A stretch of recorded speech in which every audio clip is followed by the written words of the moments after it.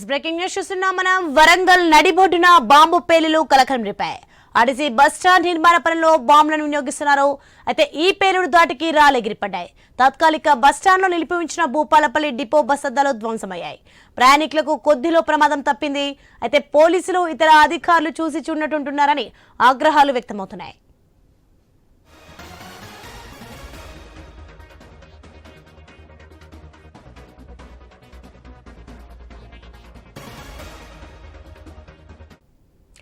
Breaking news చూస్తున్నాం. INews exclusive లో మనం చూస్తున్నాం. వరంగల్ నడిబొడ్డున బాంబు పేలులు కలకలం సృష్టించాయి.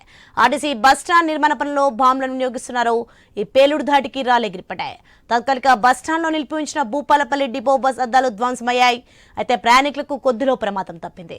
పోలీసులు ఇతర అధికారులు చూసి చూడనట్లుంటున్నారని ఆగ్రహాలు వ్యక్తమవుతున్నాయి. రైట్, ఇదే అంశానికి సంబంధించి మరింత సమాచారం మా ప్రతినిధి ప్రశాంత్ ఫోన్ లైన్ లో అందిస్తారు. ఎస్ ప్రశాంత్, అసలు ఏం జరిగింది?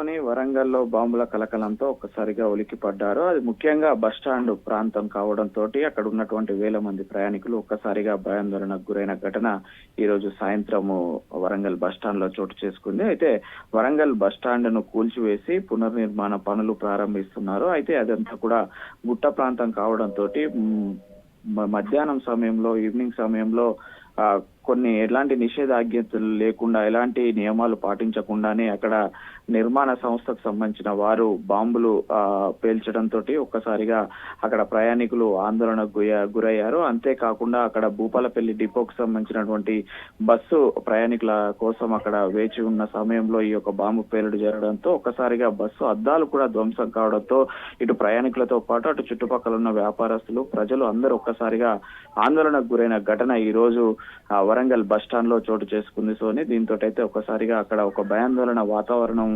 ఏర్పడ్డది. అయితే గతంలో కూడా ఎలాంటి నిబంధనలు పాటించకుండా నిర్మాణ పనులు చేస్తున్నారంటూ కూడా కంప్లైంట్ చేసినప్పటికీ కూడా ఇటు అధికారులు కానీ అటు కాంట్రాక్టర్ కానీ ఎలాంటి నిబంధనలు పాటించకుండా వ్యవహరిస్తున్నారనేది మాత్రము అక్కడ ఈ రోజు మరోసారి స్పష్టమైంది. ఈ యొక్క నిర్మాణ లోపాలకు కూడా బట్టబయలయ్యాయంటూ కూడా అక్కడ వరంగల్ ప్రజలు చెప్తున్నారు. సోని, ఇప్పటికైనా అక్కడ బస్టాండ్ నిర్మాణానికి సంబంధించి నియమ నిబంధనలు పాటించి అక్కడ డేంజర్ జోన్ గా గుర్తించి అక్కడ వచ్చేటువంటి పబ్లిక్ కానీ ప్రయాణికులకు కానీ ఎలాంటి అసౌకర్యం కలగకుండా మిగతా పనులు రాత్రి వేళలో కావచ్చు, అటు